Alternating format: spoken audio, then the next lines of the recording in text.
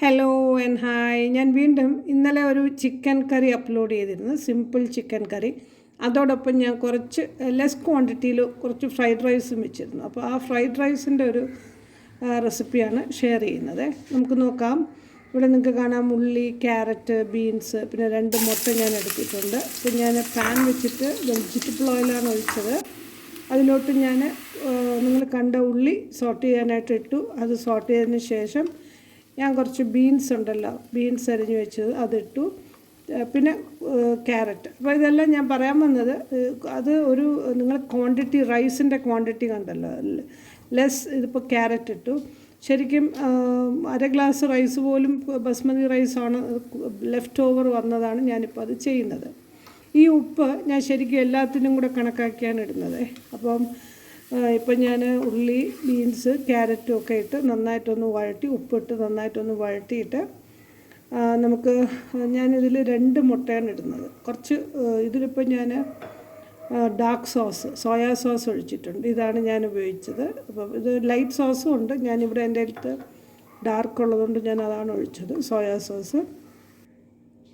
കണ്ടില്ലേ റൈസ് ഇതിൻ്റെ കുറച്ച്. അപ്പം അതിൽ വളരെ ലെസ് ക്വാണ്ടിറ്റിയാണ് ബസ്മതി റൈസ്. പക്ഷെ ഞാനതിനെ അപ്പം മകന് ചിക്കൻ്റെ കൂടെ കൊടുക്കാൻ വേണ്ടിയിട്ടാണ് അത് ചെയ്യുന്നത്. അപ്പം 2 മുട്ട ഞാൻ ഇത് ശരിക്കും ഒഴിച്ചിട്ടുണ്ട്.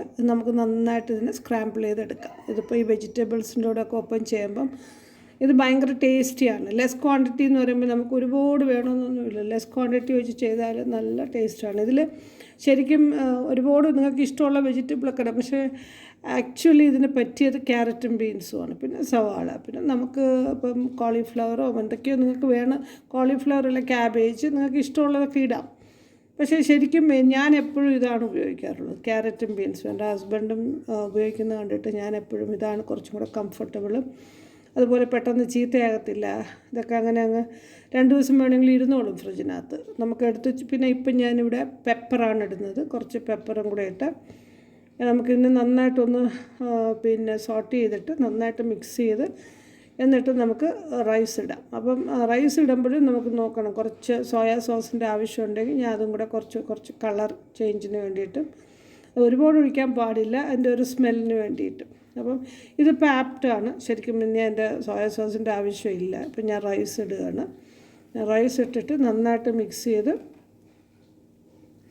നന്നായിട്ട് ഇതിനെ യോജിപ്പിച്ചെടുക്കണം. അപ്പോൾ അത് നന്നായിട്ട് മിക്സ് ചെയ്ത് കുറച്ച് നേരം ഇത് പിന്നെ സ്റ്റീമിലിരിക്കുമ്പോൾ തന്നെ നല്ലൊരു മണവും നല്ല ഒരു പിന്നെ ക്രഞ്ചിനെസ് നമുക്ക് നോക്കാം, ഇതെല്ലാം കൂടെ ഒന്ന് ചേർന്ന് വരുമ്പോൾ. അപ്പം അതേസമയം സോഫ്റ്റുമാണ്. അപ്പം നമുക്കിത് നന്നായിട്ട് ഞാനിപ്പോൾ യോജിപ്പിച്ചെടുത്തിട്ട് നല്ലതായിട്ട് എല്ലായിടും ഒന്ന് ഈ ബീൻസും ക്യാരറ്റും ഉള്ളിയും അതുപോലെ സോയാ സോസ്, മുട്ട, ഇതെല്ലാം നന്നായിട്ട് മിക്സാവണേ. അപ്പോൾ എല്ലാം മിക്സായി നമുക്ക് അതിൻ്റെ ഒരു സ്റ്റീമിൽ കിടന്ന് കുറച്ച് നേരം നന്നായിട്ട് മിക്സായതിന് ശേഷം അതിൻ്റെ ഒരു മണമൊക്കെ ഒന്ന് വന്ന് തുടങ്ങുമ്പോൾ ഞാനത് സെർവിങ് ഡിഷിലോട്ട് മാറ്റും. അപ്പം ഇത്രയേ ഉള്ളൂ. ഇതിൻ്റെ ഒരു നിറമൊക്കെ മാറിക്കഴിയും. അപ്പോൾ വളരെ ടേസ്റ്റിയാണ്. ഞാൻ ഇന്നലെ ആ ഇറച്ചിക്കറിയുടെ ഒപ്പം ഇതും കാണിക്കേണ്ടതായിരുന്നു, പക്ഷേ സമയം കിട്ടിയില്ല. ഇപ്പം ഞാനിത് എന്താ പറയുക, സെർവിങ് ഡിഷിലോട്ട് മാറ്റാൻ പോവുകയാണ്. അപ്പോൾ ട്രൈ ചെയ്ത് നോക്കുക. ലെസ് ക്വാണ്ടിറ്റിയും വെച്ച് നമുക്ക് നന്നായി ചെയ്തെടുക്കാം. ഇങ്ങനെയൊക്കെ ചെയ്യുമ്പോൾ ഒരു ഡിഫറെൻറ്റ് ടേസ്റ്റാണ്. അപ്പോൾ വീഡിയോ ഇഷ്ടപ്പെട്ടെന്ന് വിശ്വസിക്കുന്നു. ഞാനിപ്പോൾ പ്ലേറ്റിലോട്ട് ഇത് മാറ്റിയിട്ടുണ്ട് മകന് കൊടുക്കാൻ വേണ്ടിയിട്ട്. അപ്പം നിങ്ങളും ഇതുപോലെ ട്രൈ ചെയ്ത് നോക്കുക. വീഡിയോ ഇഷ്ടപ്പെട്ടാൽ like and share and subscribe ചെയ്യണം. സബ്സ്ക്രൈബ് ചെയ്യാത്തവർ, thanks for watching all my videos. By.